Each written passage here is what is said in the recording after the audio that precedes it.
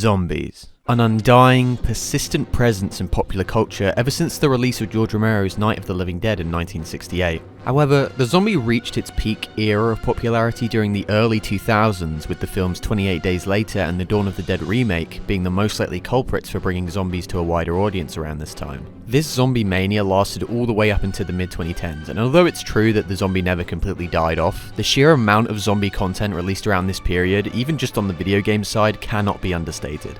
Resident Evil 4, Dead Rising, Call of Duty Zombies, Land of the Dead, Road to Fiddler's Green, Left 4 Dead, Plants vs Zombies, Left 4 Dead 2, Shell Shock 2, not Shell Shock 1, only Shell Shock 2, Dead Rising 2, Blood Drive, Red Dead Redemption Undead Nightmare, Dead Island, No More Room in Hell, Yakuza Dead Souls, Dead Island Riptide, Amy, DayZ, Deadlight, Infestation Survivor Stories, Lollipop Chainsaw, The Walking Dead. Videos on the channel if you want to see some Walking Dead stuff. I've got some videos on the channel. 7 Days to Die, Dead Effect, How to Survive, The Last of Us, State of Decay, Walking Dead Survival Instinct. That's separate from Telltale's Walking Dead. That's a Darrow crossbow type thing. It's irrelevant. Contagion, Dead State, Unturned, Zombie Army Trilogy, H1Z1, and Dying Light. Whew. These are just a few of the prominent zombie games that released from around 2005 to 2015. I left out quite a lot as well for the sake of time, which should just go to show you how cluttered the market was with zombie titles. However, in the middle of this mess, one zombie title stuck out: Zombie U. Yes, I say Zombie U and not just Zombie because that's what the game was known as originally, with it being a Wii U exclusive up until 2015 when it was eventually ported to other consoles, where it received a few more gameplay changes to help it fit onto other consoles. I can honestly vividly remember seeing the trailer and just being unbelievably excited for this new zombie game set in the UK. The trailer was like dark, it was bloody, it was dramatic, this super cinematic CGI type stuff. And I was finally going to get to see a zombie game set in a place that I'm actually familiar with. But then you get to the end of the trailer and it says exclusively for the Wii U, and then all that excitement just turned to sorrow. But like I said, it did eventually get ported to consoles, but it did go through a few changes. These changes can be pretty apparent when comparing the two versions directly, and as I get deeper into the gameplay portion, that's where I'll explore those changes a little bit more. So you might be asking, if the two versions are so different, why am I reviewing Zombie and not Zombie U? Well, I don't have a Wii U, first of all, like 99% of people on the planet. And the current version, just plain Zombie, is the most accessible version, so that's one you're going to find on Xbox, PlayStation, and on the PC. And it's the one I've actually played, so I don't want to lie and be like, you know, I'm actually a veteran of the series. I'm just going to be honest, I've played the ported version, and that's the one I'll be talking about for the purposes of this video. Before I do get into the gameplay, I would like to just talk about the story first, and this will be a relatively short section because there really isn't that much to say about the story. The basic gist is that there's a zombie apocalypse happening in Britain and you're just out scavenging in London, and then suddenly you hear a voice from an intercom telling you to come down into the London Underground. The voice reveals itself to be the Prepper, a man who knew the apocalypse was coming and prepared extensively, including creating the Prepper Pad, which is the primary tool that you'll use for exploration and some light puzzle solving. The story really is that thin initially, with a lot of the initial objectives you get essentially just being go out to this place and search for supplies, with the plot progression happening whilst on these trips, like you'll suddenly get a radio call telling you about something, but it mostly starts out with just go out and look for stuff. So is this story super memorable and interesting? Not particularly. There are some cool lore ideas and the performances are pretty solid overall, but don't expect to get invested in anything other than your own survival and maybe your relationship with the Prepper, which I think is done pretty well. What the game lacks in the story, however, it makes up for in gameplay. Yeah, I will say, as of recording this, the King's coronation is going to happen on the weekend, and you know, by the King's coronation, I mean some bloke is getting a job. He's getting promoted essentially to a higher position, and you know, I am in full support of that because, quite frankly, my bloodline is just weaker, and I think that we all need to understand that that man and that whole family is just great. I mean, come on. I mean, look at this place. I wonder where Prince Andrew is. Oh shit. Zombie is honestly one of the purest survival horror experiences of its time. And keep in mind that this game predates the survival horror kind of revival that happened with The Evil Within, Alien Isolation, and Resident Evil 7. It's by no means perfect, but I think it's a really faithful adaptation of kind of classic survival horror in this new form. What you'll be doing for most of the time in Zombie is combat and exploration. Combat is fairly simple, with the player having to ready a weapon before being able to attack. For example, in order to attack an enemy, you need to raise your cricket bat with the left trigger, then press the right trigger to attack. I think this is a pretty good, if simple, system, That puts a lot more thought into each attack, because obviously rather than just spamming the right trigger wildly and attacking, you actually have to ready your weapon, so it adds a little bit more thought and strategy to it. It isn't super complex, but it makes the combat more dependent on timing and range, which I think prevents it from getting too stale. The impact of melee weapons in gunfire is also pretty satisfying, with the zombie heads exploding in this gory viscera on a kill. The reload sound effects are also pretty good, but in particular the pistol just sounds absolutely amazing, and it's been ingrained in my mind for years. There's also a surprising number of firearms, of course nothing like COD crazy, but certainly more than the average survival horror game. It acts as a great incentive for exploration and backtracking to older areas when stuff has been unlocked, you know, in a very classic survival horror kind of way. There are also various upgrades you can collect for weapons which improve accuracy, damage, capacity, and reload speed. Additionally, you gain proficiency in weapons through use. For example, the more kills you get with the shotgun, the faster you reload it and ready it, and so on. This is an interesting system, but it's not super noticeable, especially in comparison to a game like Skyrim or State of Decay, and especially since you'll be swapping through survivors quite often. Speaking of survivors, a new system that Zombi introduced is the survivor system. When you die or get bitten through gameplay means, you'll transport out of the body of the survivor you were just in and into the body of a new survivor who will wake back up in the safe house. And if you want to acquire your previous equipment, you actually have to go and kill your old zombie self. This is a really cool system and makes the game a lot more tense. It makes you think more about what you should bring along or keep stashed back in the safe house. It also kind of makes you attached to the survivors you end up playing as, because whenever you go a long time without dying, you start getting weirdly familiar with the character you're playing as, and you form an odd bond with them, making it even more tragic when they do end up dying. It's a unique mechanic and one I think is a ton of fun, but if you're feeling particularly masochistic, there is a permadeath mode, which, as of writing, I'm having a shot at, and I'll put my timing in the video now. Did I do good? Who knows, but let's hope so.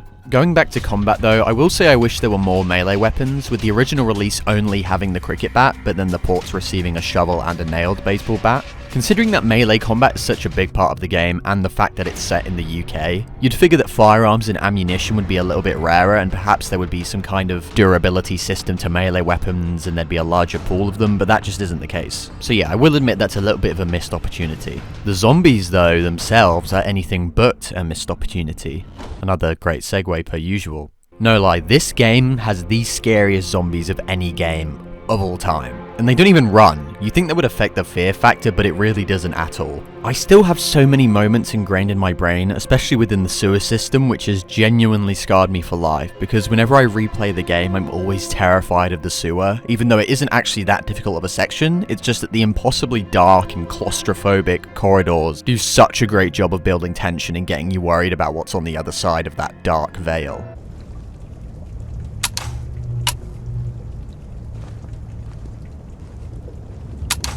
Even when 99% of the time nothing is on the other side, that moment where something was always sticks in your mind. I will never forget the sheer panic I felt when a few years ago when playing this game for the first time, I was walking through one of those dark corridors and my flashlight cut out because I just kept neglecting its battery, and then I just slowly saw something emerge from the darkness and attack. And I'm not kidding, I'm 100% being honest. And it stood out to me because of how scripted that moment felt and how cinematic it felt, and how I've never been able to replicate that moment again and the timing of that moment. And yeah, even though it was just slow, dumb zombies, like the lighting in conjunction with the environments and the sound design was just this perfect storm for a really great horror moment. What helps as well is that the zombies are also fairly erratic in their behavior, with their speed, durability, and intelligence being somewhat inconsistent between each zombie. And I know that might sound like a bad thing and kind of an annoyance, but it actually helps immensely in keeping the zombies scary throughout the entire game. Because you never fully learn how many hits it takes to kill one of them. You can never fully tell how quickly one of them can get to you whilst you're desperately shuffling through your backpack. You can never be 100% sure if you're in an area that is safe, or if a zombie will figure out an alternate route to get to you. That ambiguity and uncertainty about how long it takes to kill them, or how smart they are, or how quick they are, really creates this sense of tension and a real threat, even though realistically they shouldn't really be that hard to deal with on paper. Then you add in some special effects to throw you off even more, and it just creates this perfect storm of anxiety and dread. But you also get an equally large amount of satisfaction when you do get out of those situations and when you survive. Okay, so I've been gushing for a while now, so I might as well just talk about why the encounters aren't always perfect. And the main reason for that is just like the janky nature of the combat. Don't get me wrong, it works most of the time, but you will almost definitely encounter a moment where you hit a zombie and they go flying up a flight of stairs, or a moment where a zombie's body will ragdoll awkwardly through the ground, or a moment where you try to perform a finishing move and your character just misses and you're like frozen for a little bit and take some damage.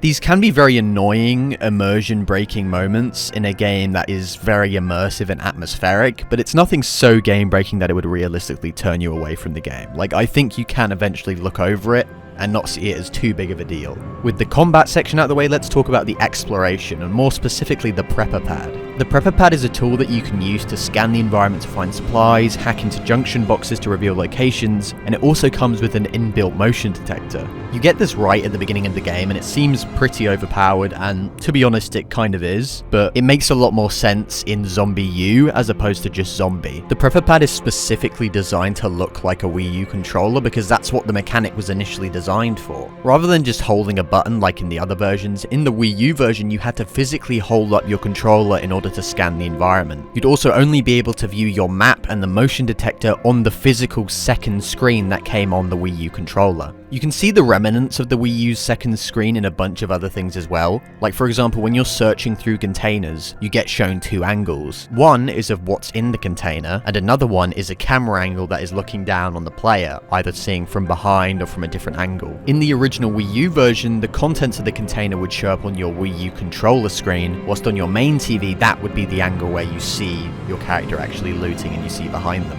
It works similarly to how a DS works with its top and bottom screens. This added a level of physicality and immersion that made the abilities of the prepper pad a lot more balanced, since it was a lot more time consuming to actually use, since you actually had to physically hold it up and hold it in your hand, as opposed to just pressing one button. As it stands now in the current versions, I don't think it's game breaking or anything in the ports, but it's clear that the Wii U version is the intended way of using it. And honestly, I do consciously try to limit my use of it because it can be a little overpowered at times. It still has certain limitations in the ports, for example, like the actual scanner is fairly short range, and your motion detector, it detects all motion, so it can also detect rats or crows flying by, which on its own is a pretty good tension building mechanic, kind of similar to the Alien Isolation motion detector as well. But the Wii U version still had all of those limitations on top of the physicality, so I do think it's the definitive better version of the prepper pad. So overall, it's got great gameplay and a mediocre story. So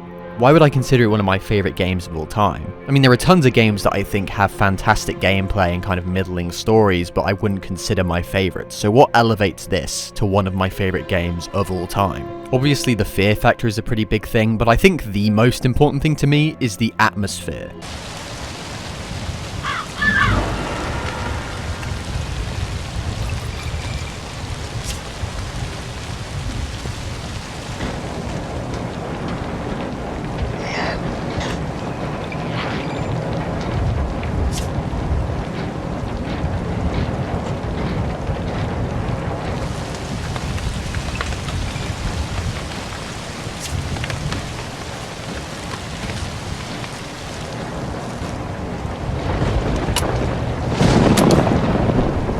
I'll be the first to admit it isn't the prettiest game in the world, and it had to work within the limitations of a Nintendo console, which, if you're unfamiliar, usually have the processing power of a pocket calculator, so it had to work within those limitations. But even still, with all that in mind, I think the game pulls off a fantastic ambiance and sense of dread, just from the lighting and the sound design alone. No other game has captured the UK as well as Zombie, which I know might sound weird because the game is set in a post-apocalyptic nightmare world, but it's not too far from reality. The grimy brick walls, the harsh fluorescent lighting, the brutalist architecture. Despite the game being made by French people, they've really captured the misery that looms in a lot of urban Britain. Most media, when it comes to depicting England and the UK as a whole, will usually just depict the nice, clean, touristy parts of London, or perhaps the really rural cottages and rolling hills. And don't get me wrong, those places do exist and they are really nice looking, but the actual reality of a lot of urban life in Britain looks almost identical to Zombie, particularly in more deprived areas. Now, I know saying that will jeopardize my application process to the UK Tourist Board, but it has to be said.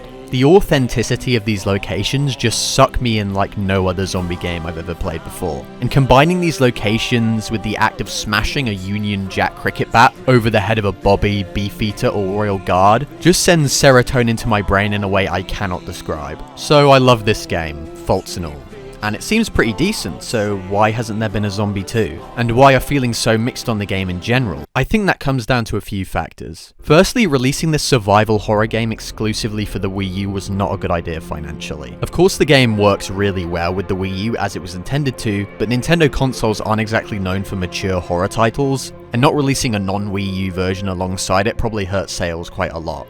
Also, the name Zombie U is just kind of lame. Like, I get the play on words with Wii U, Zombie U, but it makes it seem like a gimmick game or like some kind of glorified tech tutorial, like something like Kinect Adventures or Astro's Playroom, where the game just solely exists to teach you the mechanics of the Wii U gamepad. When it was ported, the name had to be changed because obviously the pun wouldn't make sense, but when you drop the U in Zombie U, the name is just Zombie. And that's such a generic, bad title for this game. Like, what does the title tell you about the game? Oh, it's got zombies in it. Like, that's all it tells you about the game. And it doesn't even sound cool like Dawn of the Dead or Dead Rising or DayZ. It's literally just Zombie. Why didn't they give it a name that actually better reflects the lore of the game? Like the Blight or the Plague or Black Death or something along those lines that actually reflects what the game is about. You could have even called it Zombie UK, which I know isn't the best name and it sounds a little cheesy, but at least you could have kept the Wii U pun in Zombie U and then also given it, you know, some kind of identity to where it's actually set. So Zombie UK, set in the UK, Wii U Zombie UK. Okay, and out of the way with that highly specific rant, the game also released in 2012, which was right in the middle of the zombie craze, when it seemed like everything was zombies. So I imagine for a fatigued general public who might have been getting sick of zombies, the idea of a Wii U zombie game just did not sound appealing in the slightest. It always sounded cool to me because I just never got sick of zombies, especially as a kid. I loved them, I was scared of them, I was terrified of them. I'd watch Lego zombie videos, I would watch like scenes from movies, top 10 zombie movies. I was obsessed, so I was never sick of anything zombie. But, you know, I get it that for just a regular person who plays games regularly, you would probably get sick of them after a while. With all that out the way though, what are my final thoughts on Zombie? I'll admit it, I'm very biased as a British citizen and a survival horror fan, but I love it. It isn't perfect, and you know, don't expect your next favourite game going into it, but I think it deserves a lot of credit for being a AAA shot at survival horror during a time when the genre was considered dead and buried outside of the indie game scene. It's also just a lot of fun, and you know, if you're a survival horror fan and you haven't played it yet, there's really no excuse to at least give it a shot. Outside of Resident Evil, we're pretty starving these days in terms of, you know, AAA horror experiences, so, you know, what can it hurt? How can it hurt you? Give it a go. Either on PC, Xbox, PlayStation, or if you do actually own a Wii U, you could play it on the Wii U, which is the original intended version. So, either way, give it a shot. With all of that being said though, I'm Christian Cryers, and thanks for watching. So hey, you've made it to the end of the video, thank you very much. This is the outro, and as you can notice on screen, actually, John Boyega did a fucking promotional thing for this game. Like, damn, they got him for that. I know it was pre-Star Wars, but he was still in Attack the Block. That's pretty good of Ubisoft to do that, so, yeah, anyway, that's just going to be the B-roll footage for this, but, anyway, yeah, thank you for making it this far. The last video did, really surprisingly well, better than I expected, because, you know, when I was doing, two people talk about, I was getting, you know, below 100 views for each one, but the fact that it's, as of recording this, 1,400 views is honestly insane, and you know, I don't know if it's people sharing or if I'm just getting lucky with the algorithm, but thank you very much, especially if you've watched the last video or watched anything from the past. Thank you. You know, have a look back at the catalogue, see if there's anything you like, and yeah, thanks. Also, let me know if you have played this game and you're not British, how you feel about it, because I'm curious if there's kind of a cultural disconnect, because obviously a lot of what I had to say in this review is a lot about Britain and the UK, and it's not, you know, I'm not going to make it a regular thing to talk about, you know, being from the UK, because it's not something that's super important, but I just think for this game, it's such a big part of it that it's important to know. And, you know, let me know, do these areas resonate with you as much as they do me?